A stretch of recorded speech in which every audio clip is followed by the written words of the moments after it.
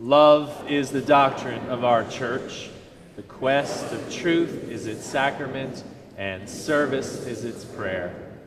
You are loved, you are cared for, you are appreciated, but most of all, welcome home. I needed and immediately felt those needs being met, you know, even at the beginning when I first started visiting. That's it, the covenant. You know, when we commit to each other each Sunday that we are here to support each other. And everybody's really warm and welcoming, and it felt really good. I've now, like, all of my friends come here. It's my whole community. I felt from the beginning like this was home. To know that you have a lot of people standing in front of you saying, welcome to our church, we accept you and we promise to support you and be, you know, open-minded and accept you and love you. So, and knowing that, it rocked my world. Genuinely inclusive, rationally spiritual, and joyfully deep.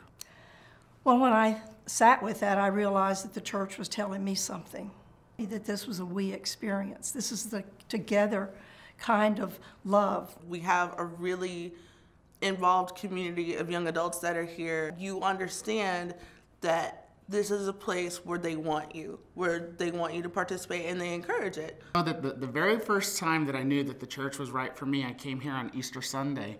And the reading first was a clip from Charles Bukowski, and then the second part was the book of Matthew. And that's when I said, okay, I'm home. I would say that one of the things I love best about being a member of the church and participating in various ways, it's a continual call to mindfulness. Asking questions that I didn't think I even needed to ask for so long, you know, about what is of real value to me.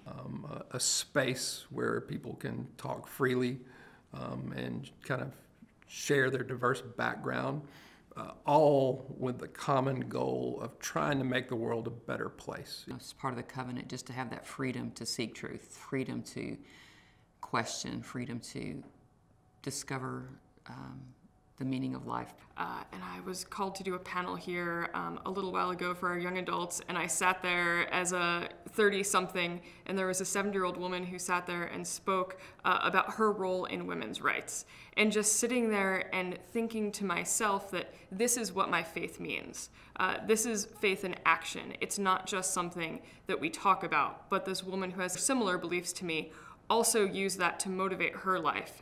A lot of the joy of life is looking toward the simplicity and being able to focus on the things that really mean the most to you. So we're very fortunate that we're able to focus on the church. I was teaching 5th and 6th grade for several years, and this year I'm teaching 4th and 5th. I was really surprised at what I learned and what I got out of it. Here I thought I was going to be giving a service to the church, and I hope I am. But I'll tell you what, every Sunday after I leave the classroom, I walk on air for the rest of the day. I feel so happy and I feel so good about what I'm doing. So I've mostly just been with the youth group and religious education here, and it's really just introduced me to this wonderful community of young people and advisors who really care about each other and who are just genuinely interested in each other's lives. I'm part of the church visitation team, and I love the idea of reaching out to people who have made this place a home. You hear people talk about the support they get from the church and from the church members, and you really don't understand it until it happens to you. A girl I hardly knew, we sat after service together, and she was telling me her story, and she started to cry. I was just like, I can be a part of that for somebody. So now I'm definitely asking what I can do and what I can bring to it. We can work with the homeless. We can work with food banks. We can work with immigration concerns. There are a lot of concerns that loving people can work together on without believing 100% of what the other person believes. People here are proactive about going out and doing things and being a community, not just with each other in the church, but also in the environment that we live in.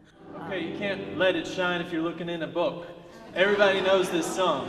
The next verse is building up a world. So close the hymnals, get your hands moving, get your bodies moving, and let's build up the world. Ready? Here we go.